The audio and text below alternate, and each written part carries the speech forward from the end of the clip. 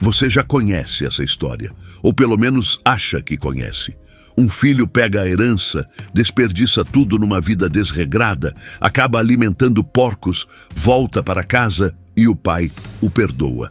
Escola dominical, vitrais coloridos, uma bela história sobre perdão. Só que não é isso que essa história quer dizer, nem perto disso.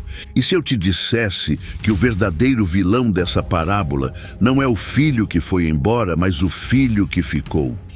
E se o personagem mais perigoso da história fosse aquele que vai à igreja todo domingo, diezma todo mês, obedece a todas as regras e por dentro ferve de uma raiva que nem reconhece em si mesmo? Essa é a história mais mal compreendida que Jesus jamais contou. E quando você terminar de assistir a esse vídeo, nunca mais vai lê-la do mesmo jeito. Antes de analisar uma única palavra da parábola, você precisa entender algo que muda tudo: com quem Jesus estava falando e por quê. Lucas capítulo 15, versículos 1 e 2. Todos os publicanos e pecadores se aproximavam de Jesus para ouvi-lo. Mas os fariseus e os mestres da lei resmungavam dizendo: esse homem recebe pecadores e come com eles. Esse é o contexto. Dois grupos: os pecadores, os excluídos, as pessoas que todos tinham desistido, se aproximavam de Jesus, famintos por cada palavra. E os fariseus, a elite religiosa, os guardiões das regras, os homens que haviam dedicado a vida inteira a cumprir cada letra da lei, ficavam de longe, de braços cruzados, indignados. E Jesus contou essa parábola diretamente para os fariseus, não para os pecadores, para os religiosos, para aqueles que achavam que já estavam dentro, para os que estavam tão seguros da própria justiça que não conseguiam ver o quanto tinham se afastado do coração de Deus. Se você frequenta a igreja há anos, se conhece bem a Bíblia, se considera um dos bons, essa história foi dirigida a você e foi lançada como uma flecha. Mas antes de contar a parábola do filho pródigo, Jesus contou outras duas. E a sequência importa mais do que a maioria das pessoas percebe. Primeiro, um pastor perde uma ovelha de um rebanho de 100, deixa as 99 e sai à procura até encontrá-la. Depois, a coloca nos ombros, a leva para casa e faz uma festa. Segundo, uma mulher perde uma moeda de suas 10 moedas, acende uma lamparina, varre a casa inteira, procura em cada canto até encontrá-la. Depois, chama as amigas e faz uma festa. Terceiro, o filho pródigo. Um pai perde um filho de 2 que tinha. Você percebe a escalada? Uma ovelha, uma moeda, um filho, cada um mais valioso que o anterior, cada um mais doloroso de perder. Um pastor pode substituir uma ovelha, uma mulher pode ganhar outra moeda, mas um pai não pode substituir um filho. O peso emocional vai crescendo a cada parábola, e quando Jesus chega ao filho pródigo, ele se torna quase insuportável. E observe mais uma coisa: na primeira parábola, o pastor sai e encontra a ovelha. Na segunda, a mulher procura e encontra a moeda. Mas na terceira, o pai não sai para arrastar o filho de volta para casa. Ele espera, ele observa, ele corre quando o filho aparece no horizonte, mas não força o retorno, porque ovelhas podem ser carregadas, moedas podem ser apanhadas, mas filhos precisam escolher voltar para casa. O amor que força não é amor. E o respeito do pai pela liberdade do filho é tão comovente quanto a dor que sente pela sua partida. Agora sim, a parábola. Um homem tinha 2 filhos. 2 filhos, não um. Isso é fundamental e a maioria das pessoas ignora completamente. A história não se chama a parábola do filho pródigo na Bíblia. Jesus nunca deu esse título. Fomos nós, e ao nomear a parábola pelo filho mais novo, sem querer enterramos o verdadeiro ponto da história. Porque essa é uma história sobre 2 filhos, 2 tipos de perda, 2 formas de estar longe do pai. E você é um deles. O filho mais novo foi até o pai e disse: Pai, me dê a parte da herança que me cabe. Pare. Antes de passar rápido por essa frase, você precisa entender o que ela significava na cultura em que Jesus vivia. Na sociedade judaica do século I, pedir a herança enquanto o pai ainda estava vivo não era apenas uma grosseria, não era apenas ganância, era o equivalente cultural de dizer: pai, queria que você estivesse morto. Isso não é exagero. A herança era distribuída na morte. Pedi-la antes do tempo era dizer: a sua morte vale mais para mim do que a sua vida. Quero o que você pode me dar. Não quero você. Você me vale mais morto do que como pai. Todo mundo que ouviu Jesus contar isso deve ter ficado chocado. Naquela cultura, um pai, ao ouvir essas palavras, tinha todo o direito, culturalmente, legalmente e até religiosamente, de dar um tapa na cara do filho, de deserdá-lo na hora, de pedir aos anciãos da aldeia que o declarassem morto para a família. E aqui vem o primeiro choque da parábola. O pai não fez nada disso. Ele dividiu os bens entre os 2 filhos. Ele deu ao filho o que ele pediu. Deixou ele ir, sem sermão, sem culpa, sem condições. Viu o filho pegar tudo que havia recebido e sair pela porta, sabendo muito bem para onde aquela estrada levava. Essa é a natureza do amor de Deus, e ela é assustadora. Deus não vai te forçar a ficar, vai te implorar, vai te chamar, vai deixar a porta aberta, mas não vai te acorrentar à mesa. O amor que força não é amor. E Deus prefere deixar você entrar em uma pocilga por escolha própria do que te arrastar para um paraíso contra a sua vontade. Você já sentiu essa liberdade?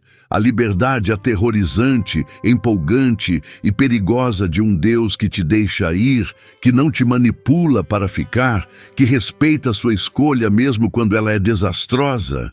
Esse é o pai nessa história, e esse é o seu Deus. O filho mais novo pegou tudo e foi embora.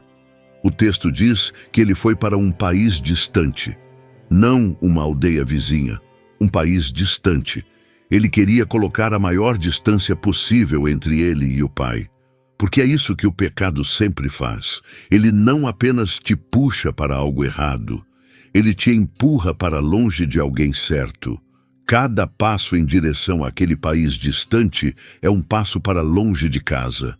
E quanto mais longe você vai, mais difícil fica lembrar como o lar se sentia. E lá, naquele país distante, ele desperdiçou tudo numa vida desregrada.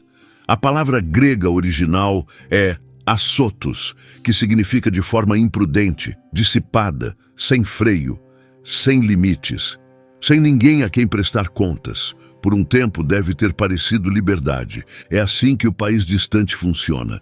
Tem fases. A primeira é a euforia. Você tem dinheiro, tem liberdade, não tem ninguém te dizendo o que fazer. Cada noite é uma festa, cada desejo é satisfeito. E a voz do pai, aquela voz quieta que um dia guiou suas decisões, vai ficando cada vez mais baixa, até que você não consegue mais ouvi-la. Não porque o pai parou de falar, mas porque você colocou distância suficiente entre você e o lar para que o som não chegasse mais até você. A segunda fase é o esgotamento. O dinheiro acaba, sempre acaba. O país distante é caro e cobra muito mais do que jamais disse que cobraria. Os amigos vão sumindo, os convites secam. As pessoas que te chamavam de incrível quando você pagava as bebidas não atendem mais o telefone quando você precisa de uma refeição. A terceira fase é o desespero, e é aqui que a parábola fica brutal. Mas existe algo sobre o país distante que ninguém te conta quando você está indo para lá. Ele sempre te recebe bem na entrada, te celebra, faz festas para você, te diz que você merece tudo isso. E então, no momento em que o dinheiro acaba, no momento em que você não tem mais nada a oferecer, o país distante revela o que realmente pensa de você. Depois que gastou tudo, houve uma grande fome naquela região e ele começou a passar necessidade. Então foi trabalhar para um cidadão daquele país que o mandou para os campos cuidar dos porcos. Um rapaz judeu, cuidando de porcos. Para uma audiência judaica, esse era o fundo do poço. Porcos eram animais impuros, proibidos. Tocá-los tornava você cerimonialmente impuro. E esse filho de um pai judeu rico e respeitado não estava apenas perto dos porcos. Ele os alimentava, vivia com eles, os invejava. Ele desejava matar a fome com as vagens que os porcos comiam, mas ninguém lhe dava nada. Ninguém lhe dava nada. Os amigos que beberam o seu vinho sumiram. As pessoas que celebraram com ele quando o dinheiro corria, desapareceram. Nenhuma delas apareceu com um prato de comida. Nenhuma ofereceu uma cama. O país distante tomou tudo o que ele tinha e então fingiu que nunca o havia conhecido. E se você já esteve no seu próprio país distante, se já chegou a um fundo que você mesmo construiu com as suas mãos, você sabe exatamente como aquele silêncio soa. É o som mais solitário do mundo. Então vem o versículo que contém uma das frases mais importantes de toda a Bíblia: caindo em si. Caindo em si. Isso significa que durante todo o tempo que passou naquele país distante, nos gastos, nas festas, na pocilga, ele não era ele mesmo. Estava vivendo numa espécie de loucura, uma amnésia auto-infligida. Havia esquecido quem era, havia esquecido de quem era filho, e naquela pocilga, coberto de lama, faminto, destruído, ele finalmente despertou. É isso que o fundo faz. Tira toda a ilusão, toda a desculpa, toda a mentira confortável que você tem contado para si mesmo. O fundo é brutal, mas o fundo é honesto. E às vezes, a coisa mais misericordiosa que Deus permite é a pocilga, porque a pocilga é o único lugar onde alguns de nós finalmente param de correr. Quantos dos servos do meu pai têm comida sobrando e eu aqui morrendo de fome? Vou voltar para o meu pai e dizer: Pai, pequei contra o céu e contra você. Já não mereço ser chamado seu filho. Me trate como um dos seus empregados. Repare no plano dele. Ele não está voltando para casa esperando uma festa. Está voltando com um discurso preparado, uma negociação ensaiada. Vou trabalhar para você. Vou me pagar pelo que comi. Só me deixe ser um servo. Não mereço mais ser filho. É assim que a maioria de nós se aproxima de Deus depois de cair.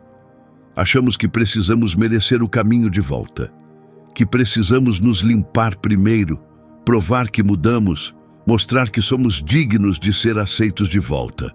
Ensaiamos os discursos, preparamos a penitência, voltamos rastejando com um contrato. Vou fazer isso e aquilo, só me receba de volta, não como filho, não mereço isso, só como servo. E a resposta do pai é o momento mais chocante de toda a parábola. Quando ainda estava longe, o pai o viu. Quando ainda estava longe, isso significa que o pai estava olhando, todo dia, examinando o horizonte, esperando, esperançoso. É um homem que nunca parou de vigiar a estrada pela qual o filho havia desaparecido. O filho havia esquecido o pai. O pai nunca havia esquecido o filho. O pai o viu e teve compaixão dele. A palavra grega aqui é splagchnizomai. Significa que suas entranhas se moveram, que seu interior se revirou. Não é uma simpatia suave e tranquila. É uma emoção visceral, arrebatadora, explosiva. O tipo que toma conta do seu corpo antes que a sua mente consiga processar. E correu ao encontro do filho. Ele correu. Na cultura do Oriente Médio do século I, um patriarca digno jamais corria. Correr exigia que você levantasse a roupa, expondo as pernas, o que era um ato profundamente vergonhoso para um ancião. Correr era coisa de criança, de servo, de quem não tinha dignidade a proteger. Um pai desse porte ficaria na varanda, de braços cruzados, esperando o filho desonrado se aproximar. Deixaria o filho se humilhar primeiro. Deixaria a aldeia testemunhar a vergonha. Faria o rapaz cruzar o caminho da humilhação até chegar a ele. Mas esse pai quebrou todas as regras. Ele correu, Disparou pela aldeia, passando pelos vizinhos que já murmurariam, pelos anciãos que teriam exigido uma prestação de contas pública, passando por toda a expectativa cultural de honra e decoro. Ele correu porque o filho era mais importante do que a sua dignidade. Correu porque o amor não espera o protocolo adequado. E há algo ainda mais profundo aqui que quase ninguém percebe. Naquela cultura, quando um filho judeu desperdiçava a fortuna da família entre gentios, a aldeia realizava uma cerimônia chamada Quesazá. Quando o filho voltava, os moradores o encontravam na entrada da cidade, quebravam um grande vaso aos seus pés e o declaravam cortado da comunidade. Banido, morto para eles. O pai não estava correndo apenas por emoção. Ele estava correndo para chegar ao filho antes que a aldeia chegasse. Estava colocando o próprio corpo entre o filho e o julgamento que ele merecia. Estava intercedendo diante da vergonha, absorvendo-a no próprio corpo, tomando a humilhação sobre si mesmo para que o filho não precisasse enfrentá-la. Isso soa familiar. Um pai que corre em direção ao filho quebrado, que absorve a vergonha, que se coloca entre o culpado e o julgamento que ele merece, que toma a humilhação sobre si mesmo. Jesus não estava apenas contando uma história, estava descrevendo a cruz. Correu ao encontro do filho, jogou os braços ao redor dele e o beijou. O filho cheira a porco, está sujo, coberto com a evidência de cada escolha errada que já fez. E o pai não diz: vai se lavar primeiro. Não diz: precisamos conversar sobre o que você fez. Não o segura à distância, exigindo uma explicação. Ele o abraça, o segura, o beija, antes mesmo de o filho começar o discurso que havia ensaiado. O filho começou sua confissão: pai, pequei contra o céu e contra você. Já não mereço ser chamado seu filho. Mas o pai o interrompeu, não o deixou terminar. O filho havia planejado dizer: me trate como um dos seus empregados. O pai não deixou que essas palavras saíssem de sua boca. Rápido, tragam a melhor roupa e vistam nele. Ponham um anel em seu dedo e sandálias em seus pés. Tragam o bezerro gordo e matem-no. Vamos festejar e nos alegrar, porque este meu filho estava morto e voltou à vida. Estava perdido e foi encontrado. A melhor roupa, não a túnica de um servo, mas a melhor vestimenta da casa, quase certamente a própria roupa do pai. O anel, um anel de sinete, símbolo de autoridade e identidade familiar. As sandálias, porque escravos andavam descalços, mas filhos usavam calçados. Cada item era uma declaração. Este não é um servo voltando para casa.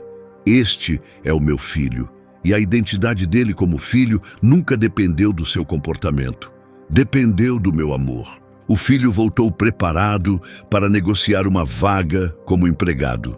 O pai o restaurou completamente como filho antes mesmo que ele pudesse terminar a primeira frase. O filho voltou com um contrato.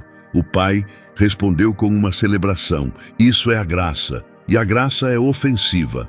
A graça não faz sentido. A graça não fecha as contas. A graça olha para um fracasso encardido de lama, que desperdiçou tudo e desonrou o pai, e diz: matem o bezerro gordo.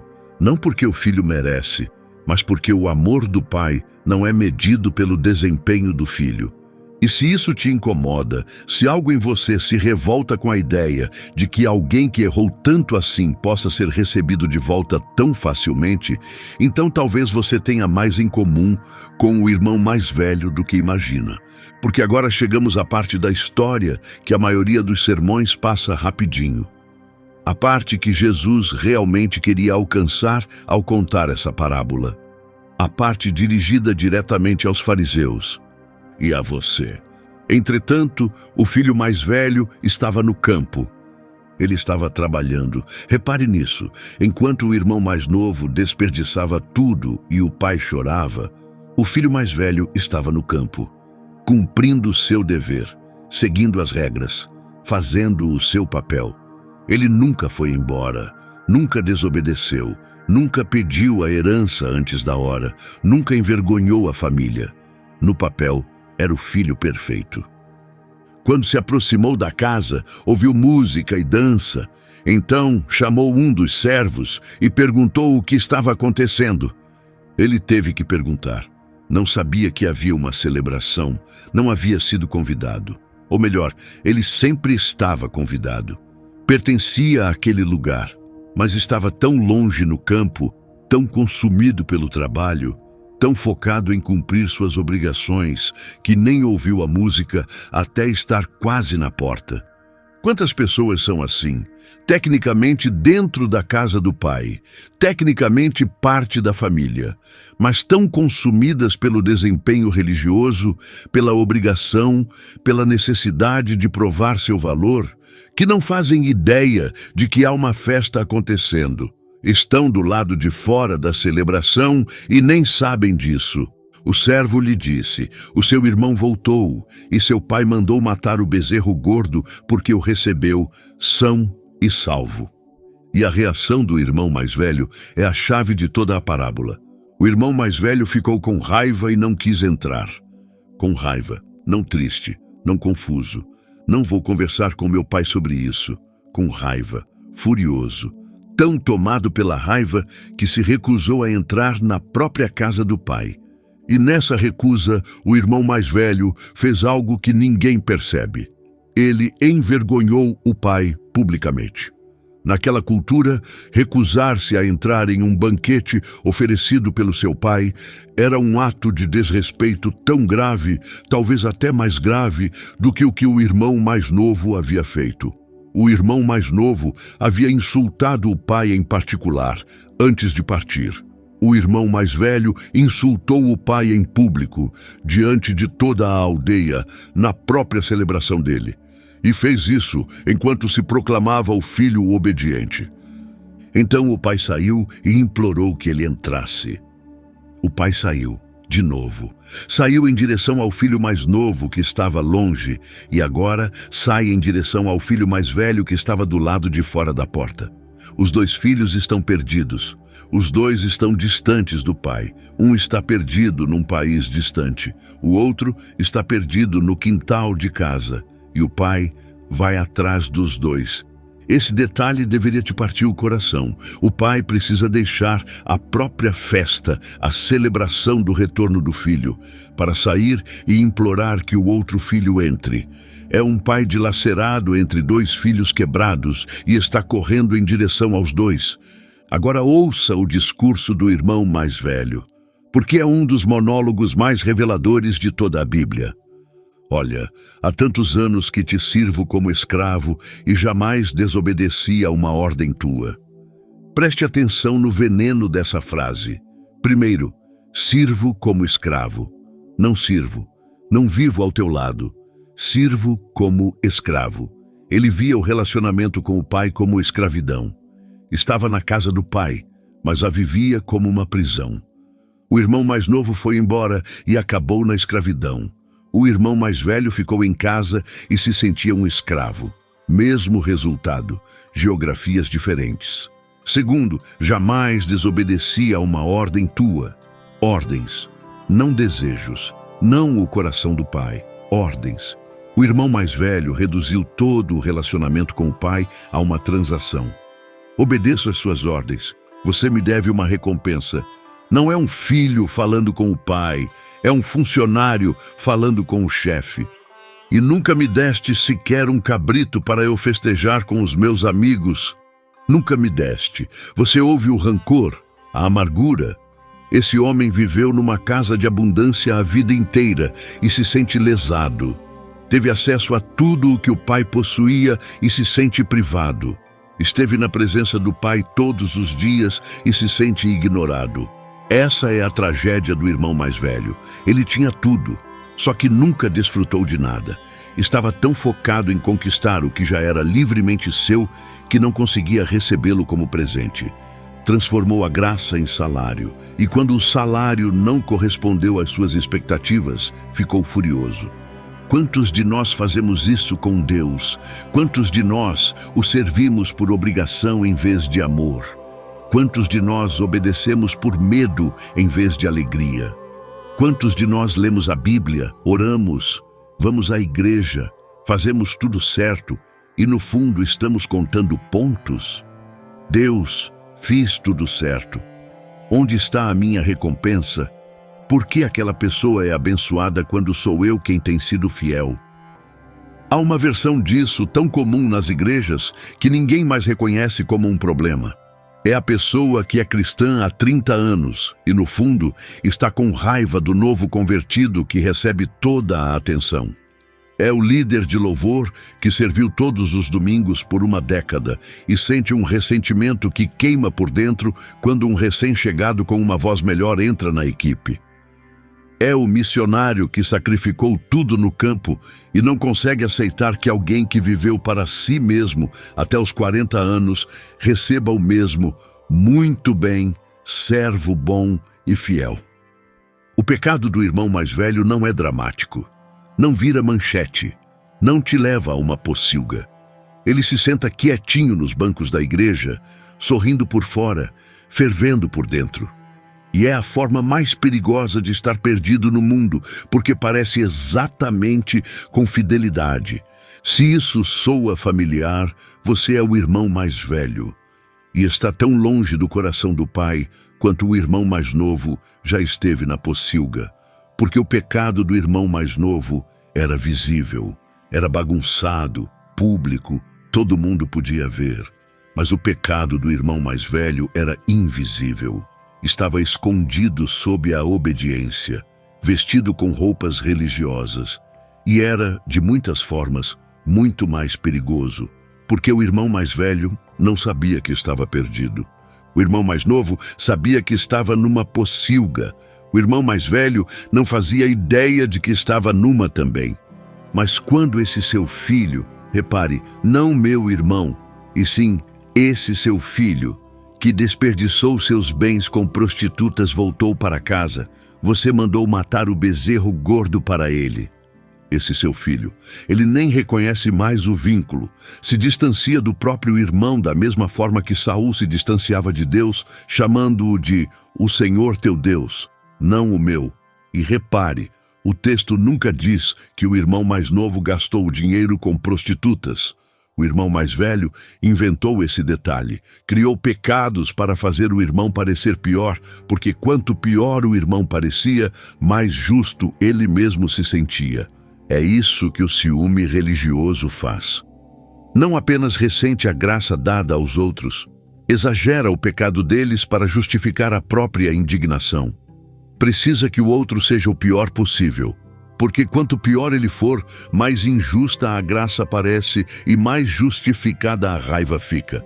Agora ouça a resposta do pai. É uma das coisas mais gentis e mais dolorosas que Deus já disse por meio de alguma parábola. Meu filho, você está sempre comigo e tudo o que tenho é seu. Meu filho, não servo ingrato, não como você se atreve a me falar assim.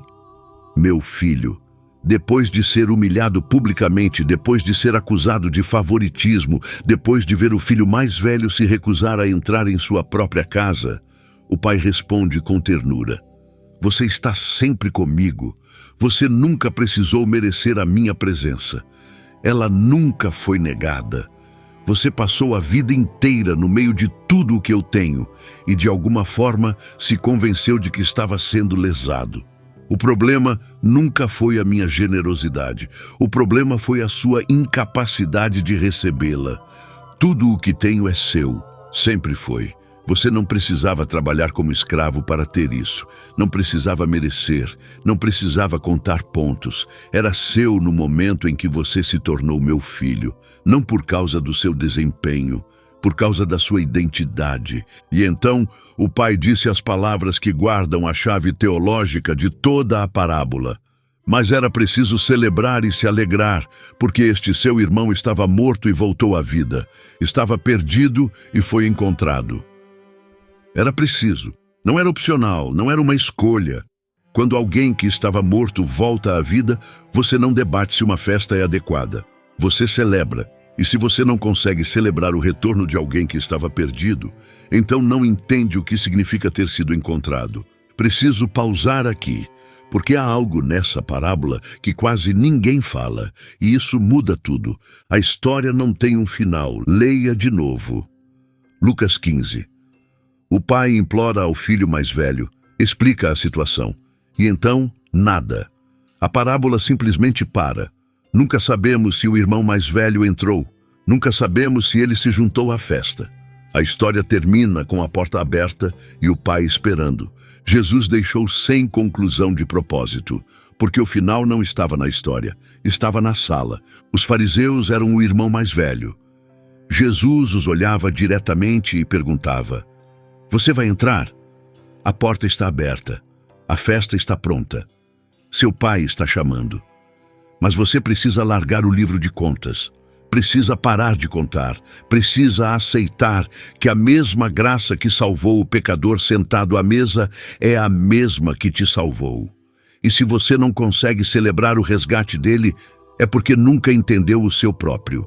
E é isso que torna esse final inacabado tão brilhante.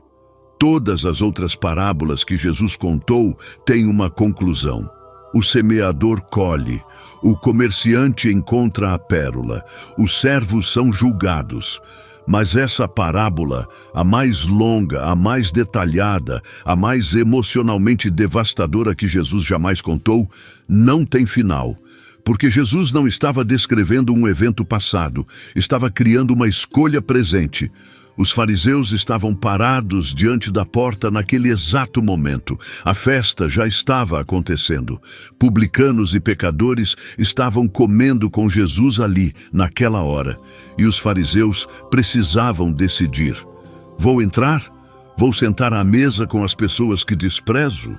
Vou aceitar que o convite deles é tão válido quanto o meu? Sabemos o que eles escolheram. Em poucas semanas, começaram a planejar a morte de Jesus. O irmão mais velho não entrou. Escolheu o livro de contas em vez da festa. Escolheu ter razão em vez de estar em casa. E a pergunta ainda está em aberto. Agora, para você, você vai entrar? Deixa eu ir mais fundo, porque há uma camada abaixo dos 2 filhos que a maioria das pessoas nunca alcança. E é a mais importante de todas. Os 2 filhos tinham o mesmo problema. Os 2 queriam as coisas do pai mais do que queriam o pai em si. Pense bem, o filho mais novo disse: "Me dê a minha parte da herança." Queria a riqueza, queria o que o pai podia dar. Não queria a presença do pai, queria as posses do pai. O filho mais velho disse: "Nunca me deste sequer um cabrito." Queria uma recompensa, um pagamento, um retorno sobre o investimento da sua obediência. Não servia o pai por amor, servia para acumular crédito. E quando esse crédito não foi pago do jeito que esperava, explodiu. Os 2 estavam usando o pai. Um o usou pegando o dinheiro e indo embora. O outro o usou ficando e contando pontos. Um explorou a generosidade do pai. O outro explorou a bondade do pai. Mas nenhum dos 2 simplesmente amava o pai pelo que ele era. E essa é a pergunta que corta mais fundo. Você ama a Deus ou ama o que Deus te dá? Você o serve porque ele é digno ou porque espera um retorno?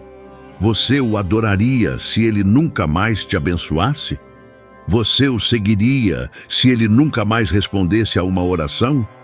Você ainda o chamaria de pai se ele tirasse os cabritos, os bezerros, os anéis e as roupas e tudo o que sobrasse fosse ele? Porque é isso que o pai oferecia aos 2 filhos, não coisas, ele mesmo. Você está sempre comigo. O maior presente não era a roupa, nem o anel, nem a festa. Era a presença do pai. E os 2 filhos deixaram isso passar. Deixa eu te perguntar algo. Agora, não de forma teórica, de forma prática. Se Deus tirasse a resposta da sua maior oração, a promoção, a cura, o relacionamento, a virada que você tem pedido há tanto tempo, você ainda o quereria? Se ele dissesse: "Não vou te dar o que está pedindo, mas vou te dar mais de mim mesmo", isso seria suficiente? ou você iria embora?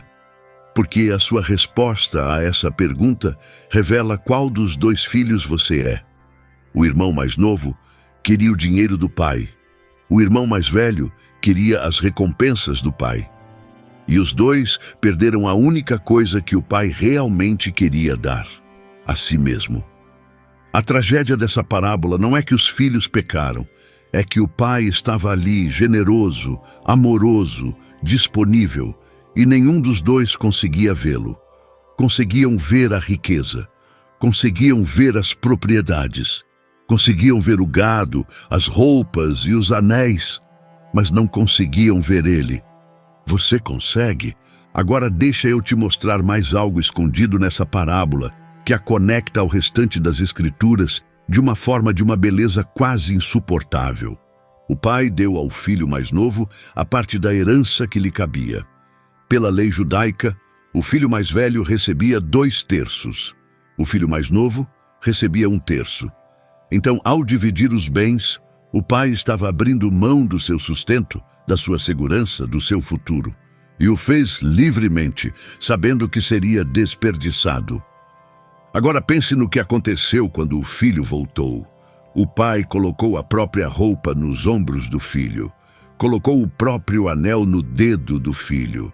Mandou matar o bezerro gordo, o animal reservado para as ocasiões mais importantes. O pai não estava apenas restaurando o filho, estava se doando pelo filho, estava derramando tudo o que tinha, de novo, sobre alguém que já havia desperdiçado tudo o que havia recebido da primeira vez.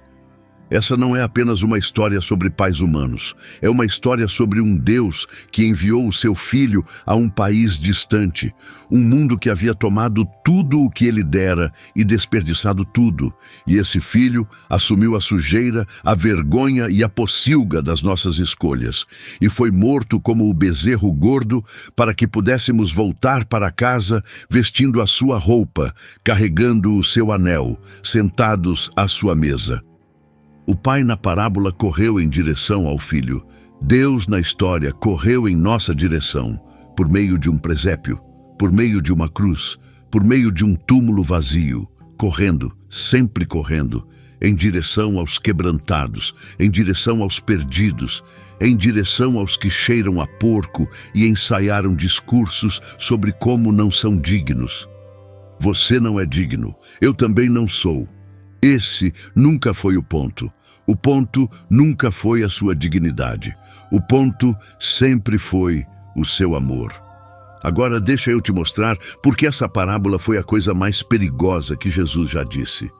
Porque não era apenas uma história sobre graça. Era uma acusação. Lembre de quem estava ouvindo: os fariseus, os líderes religiosos, os irmãos mais velhos. E Jesus estava lhes dizendo, na cara dura, que os publicanos e as prostitutas que eles desprezavam estavam entrando no reino de Deus antes deles. Não em vez deles, antes deles.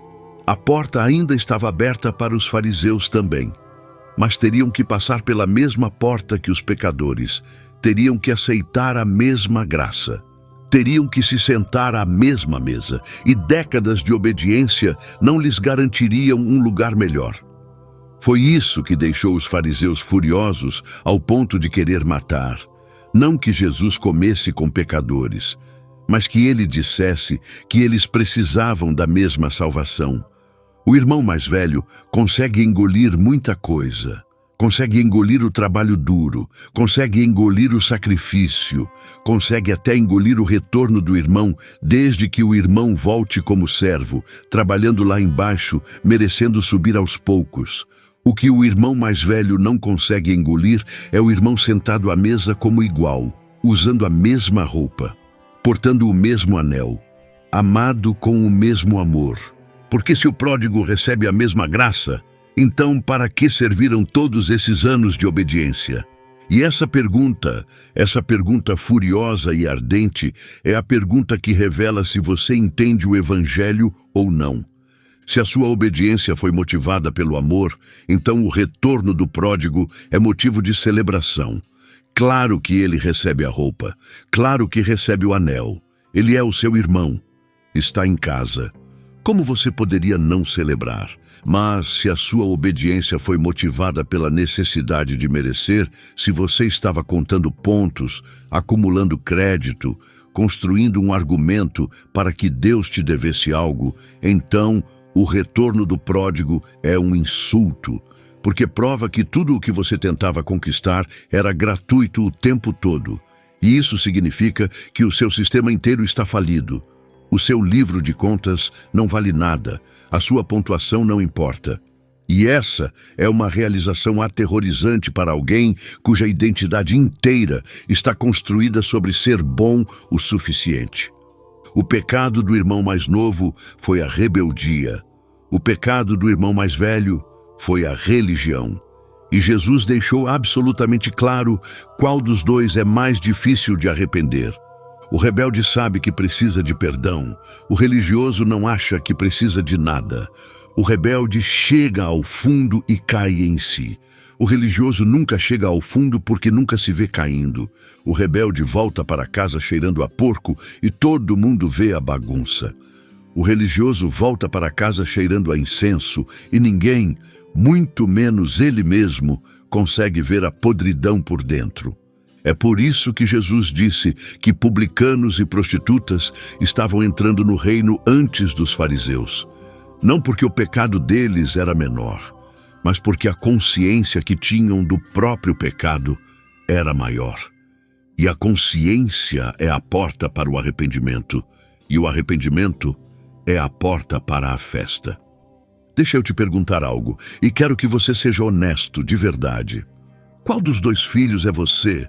Talvez você seja o irmão mais novo. Talvez esteja no país distante agora. Talvez tenha pegado tudo o que Deus te deu, os dons, as oportunidades, os relacionamentos, o chamado, e gasto tudo em coisas que te deixaram vazio. Talvez esteja sentado na sua própria pocilga agora, lendo ou assistindo a isso, e a vergonha seja tão pesada que você não consegue imaginar se levantar, muito menos voltar para casa. Se é você, me ouça. O seu pai está olhando para a estrada. Agora mesmo. Ele tem olhado desde o dia em que você foi embora. Ele não está de braços cruzados, não está preparando um sermão, não está te fazendo esperar. No momento em que ele te vir no horizonte, sujo, quebrado, envergonhado, com o seu discurso miserável e ensaiado, ele vai correr, vai disparar. Vai levantar as roupas e sacrificar a dignidade e se jogar em você com um amor tão avassalador que vai arrancar o discurso da sua boca. Você não precisa se limpar antes, não precisa provar que mudou, não precisa merecer o caminho de volta. Você só precisa se virar. É só isso que é o arrependimento. Virar-se, e o Pai cobrirá a distância. Ou talvez você seja o irmão mais velho. E essa é, honestamente, a constatação mais difícil, porque o irmão mais velho não acha que tem um problema. Talvez você frequente a igreja há anos, décadas. Talvez tenha servido com fidelidade, diezmado com constância, se voluntariado com sacrifício. Talvez tenha feito tudo certo, e talvez lá no fundo, num lugar que você não deixa ninguém ver, esteja com raiva de que isso não parece contar. Com raiva de que pessoas que apareceram na última hora parecem receber a mesma graça que você teve que trabalhar tanto para conquistar. Com raiva de que o amor de Deus não parece proporcional ao seu esforço. Se é você, me ouça também. Você está sempre com o Pai. Tudo o que Ele tem já é seu. Você não precisa merecer, nunca precisou. E o motivo da sua raiva não é que o pai é injusto. É que você tem vivido como escravo numa casa onde sempre foi filho. Largue o livro de contas, pare de contar. Entre. A festa é para você também. Sempre foi. Tem mais uma coisa que preciso te mostrar. Mais uma camada que une toda essa parábola à maior história da Bíblia.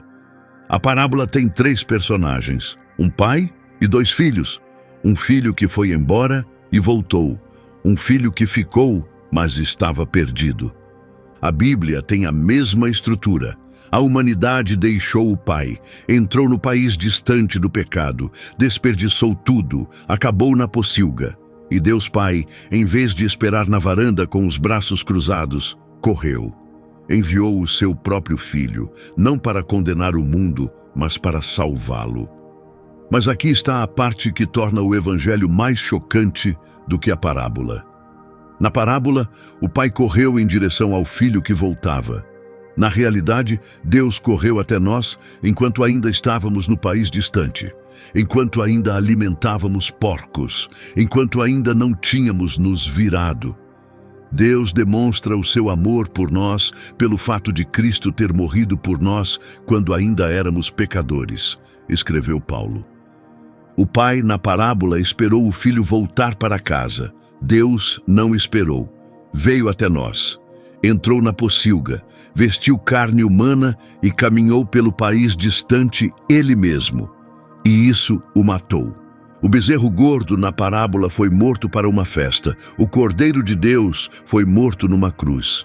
A roupa que o pai colocou nos ombros do pródigo é a justiça de Cristo colocada sobre nós. O anel é a nossa identidade restaurada como filhos e filhas de Deus.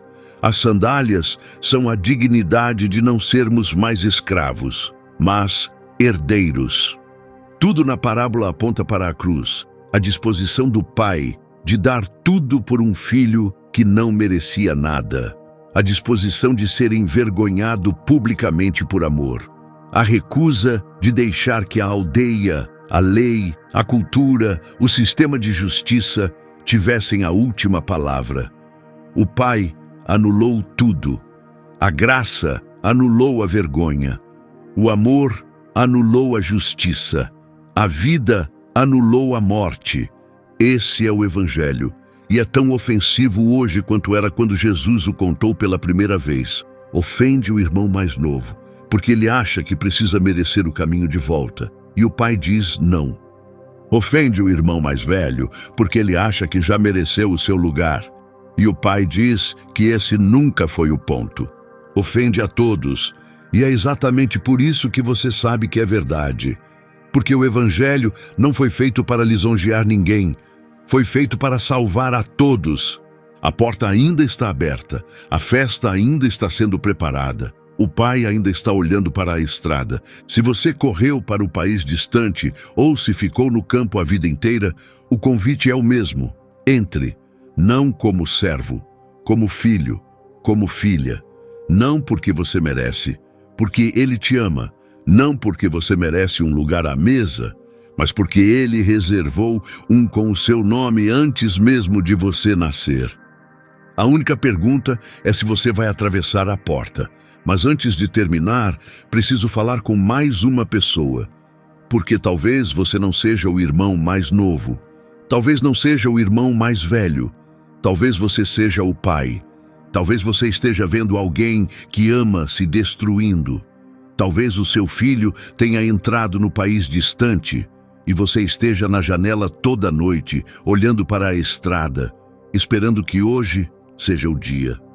Talvez o seu cônjuge, seu irmão, seu melhor amigo tenha pegado tudo o que você deu e gasto em escolhas que estão partindo o seu coração. Se é você, quero que você veja o que o pai nessa parábola fez e o que ele não fez. Ele não correu atrás do filho e o trouxe de volta à força. Não mandou servos para espioná-lo. Não o cortou da família, nem trancou a porta. Não parou de amá-lo nem por um segundo. E não parou de olhar para a estrada. Ele esperou. Não de forma passiva. O texto diz que o pai viu o filho quando ele ainda estava muito longe, o que significa que ele estava ativamente olhando, todos os dias, mas esperou que o filho se virasse. Porque você não pode se arrepender por outra pessoa, não pode mudar o coração de alguém. Você pode orar, pode manter a porta aberta, pode recusar que a amargura substitua o amor, e pode olhar para a estrada. E quando essa pessoa voltar para casa, se voltar, você corre. Você não fica de braços cruzados dizendo, eu avisei. Não a submete a um período de provação. Você corre, porque é isso que o pai faz. E se você está esperando alguém voltar para casa, a melhor coisa que pode fazer enquanto espera é se tornar mais parecido com o pai. O irmão mais novo voltou para casa. Sabemos disso. Comeu à mesa, usou a roupa. Foi restaurado. Mas o irmão mais velho, não sabemos. A história termina com ele do lado de fora, a porta aberta, o pai implorando. E foi aí que Jesus deixou, porque o final é seu para escrever. Se esse vídeo te tocou num lugar que você não esperava, se você se viu no irmão mais novo, no irmão mais velho, ou nos dois, me conta nos comentários. Me diz qual momento te parou. Compartilha com alguém que precisa ouvir isso. Alguém que está no país distante ou alguém que está parado no campo sem perceber que está tão longe de casa. Se inscreva se ainda não se inscreveu e o próximo vídeo vai te levar ainda mais fundo. Que o Senhor te abençoe e te guarde. Que o Senhor faça a sua face brilhar sobre você e tenha graça de você. Que o Senhor volte a sua face para você e te dê paz. Até o próximo vídeo.